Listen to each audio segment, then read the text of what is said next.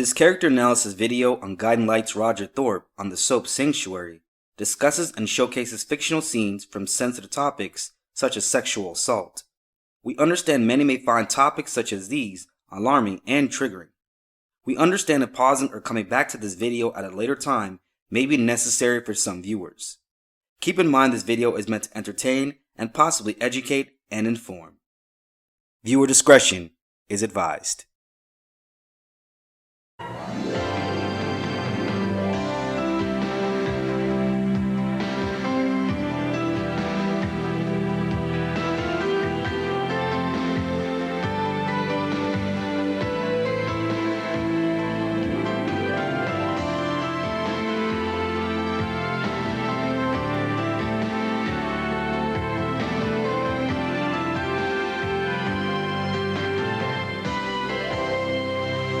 DC's Soap Sanctuary.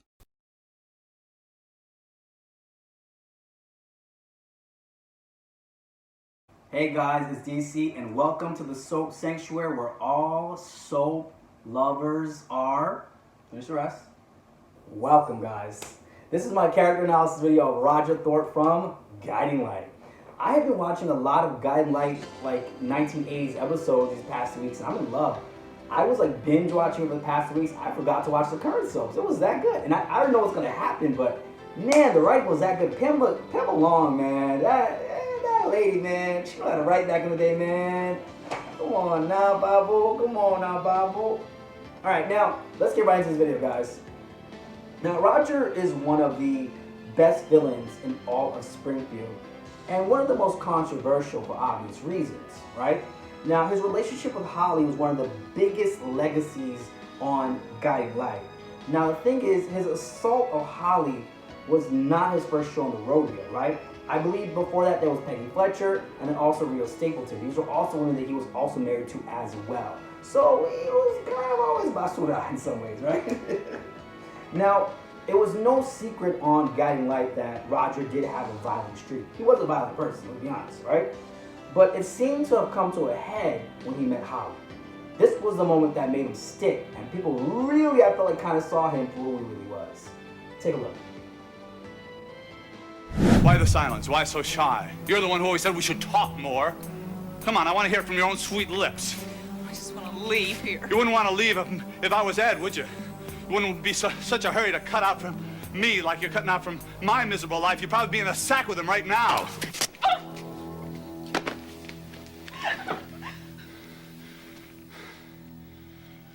You want to try that again? Now you just understand. Let's get something straight. I'm your husband. I have certain rights here.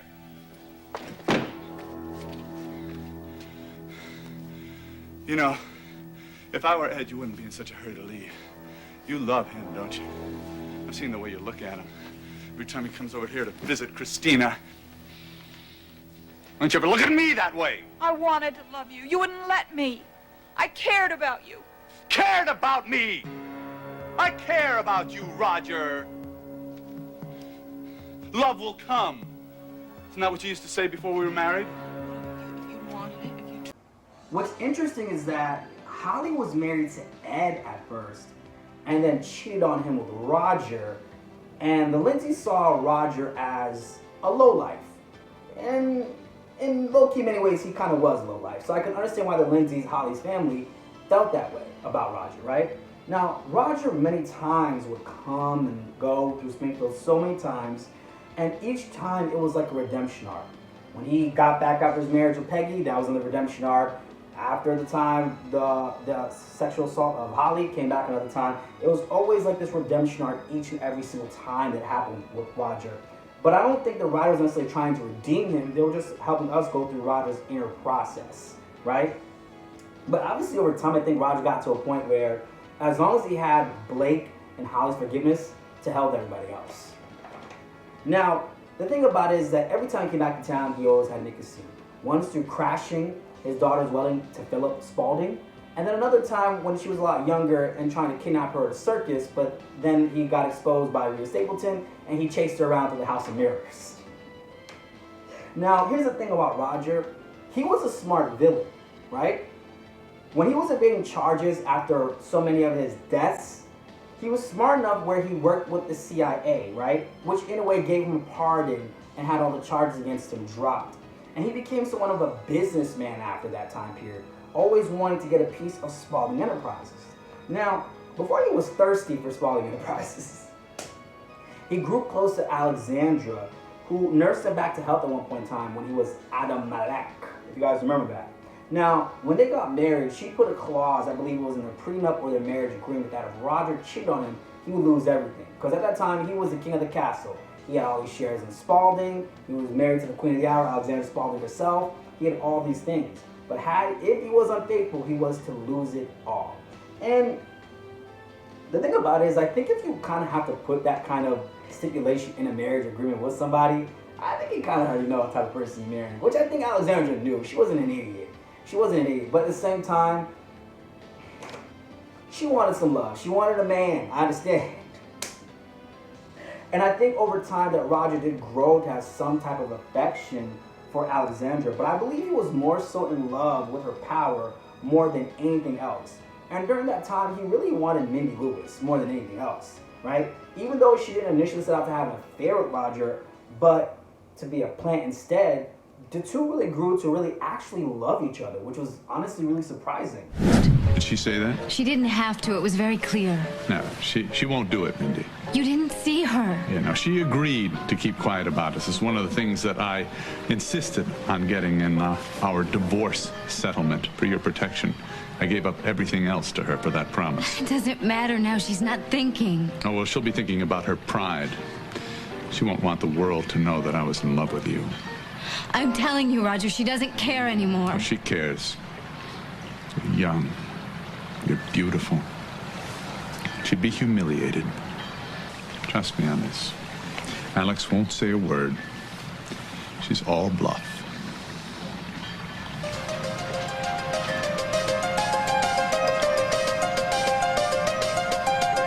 Right? And the thing is that in many ways, Roger was Alexandra's boy toy, let's be honest. And I think he knew it too, and I think he was okay with that. Because for once, he was a man of power. He wasn't driving taxi cabs like he was back in the day trying to make ends meet when he first met Holly and Peggy Fletcher. He was a different man now. He actually had something behind him, right?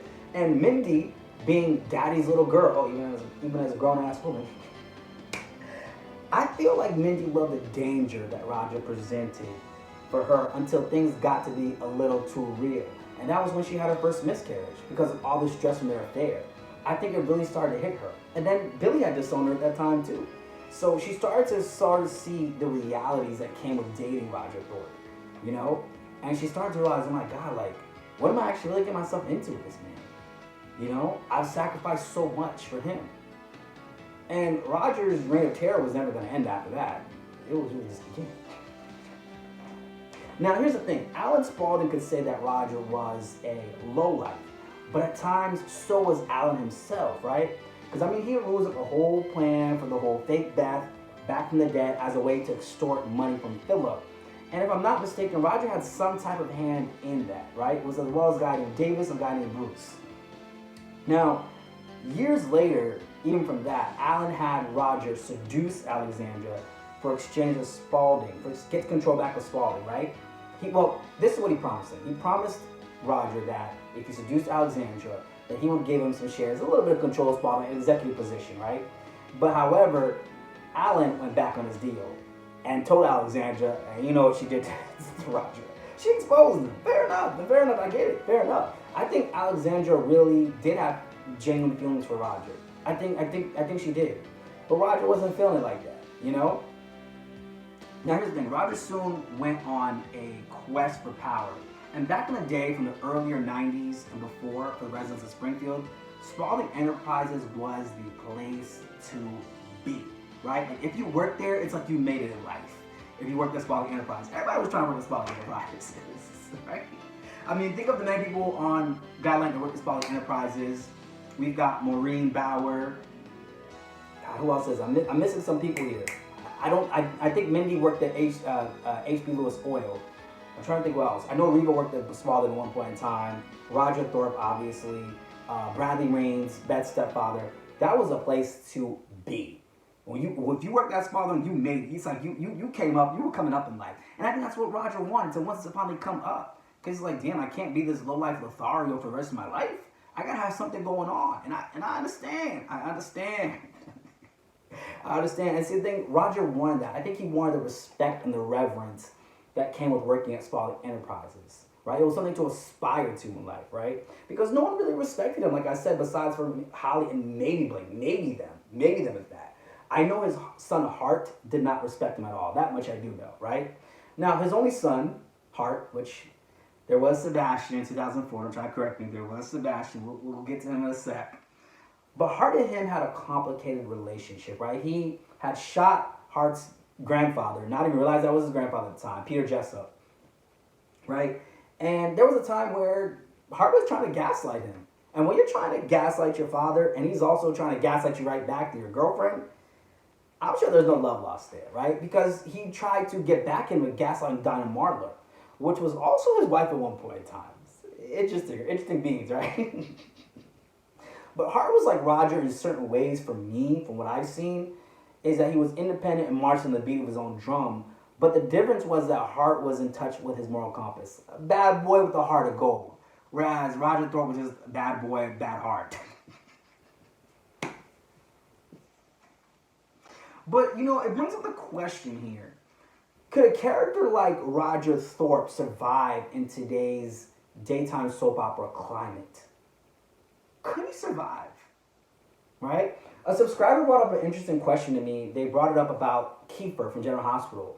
How they felt like Kiefer should not have been killed off. I read all my comments, guys. I do. Even the really annoying ones. I read all my comments. This comment was not annoying, though. It was a good one. And they brought up that Kiefer should have been kept on. And we could have seen how Kiefer navigated through his guilt, what he did. And honestly, I would have liked to have seen that too, because we've seen that in soaps before with older characters when they're of age. But Kiefer was still young. He was in high school. He's a minor. He's young. I really would have loved to see what that would have been like for him to navigate through that, right? Now, here's the thing. Can a man like that, can a man like Roger Thorpe, can they be redeemed?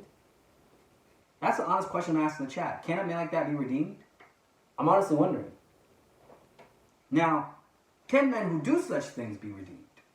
Right? Can they? Or is redemption only reserved for certain infractions and the rest be damned? What are your guys' thoughts? That's an open-ended question I'm asking today in Soap Sanctuary. What are your thoughts? Anyways, guys, that is my character analysis on Roger Thorpe from Guiding Lights. If you guys like this video, please like it. If you want to share it with a fellow soap lover who was a lover of Guiding Light or just soaps in general, go ahead and share it. And if you're new to this channel, you're resonating with this content, don't hesitate to subscribe. And also, you can let me know your thoughts below in the comment section. I do see all the comments, guys. I promise you. I do, even some of the crazy ones. I be seeing them. And I try to get back to most of the comments whenever I can, guys. Anyways, guys, this has been my character analysis video on Roger Thorpe from Guiding Light. I will see you guys in the next one. This has been Soap Sanctuary. I'm out. See ya.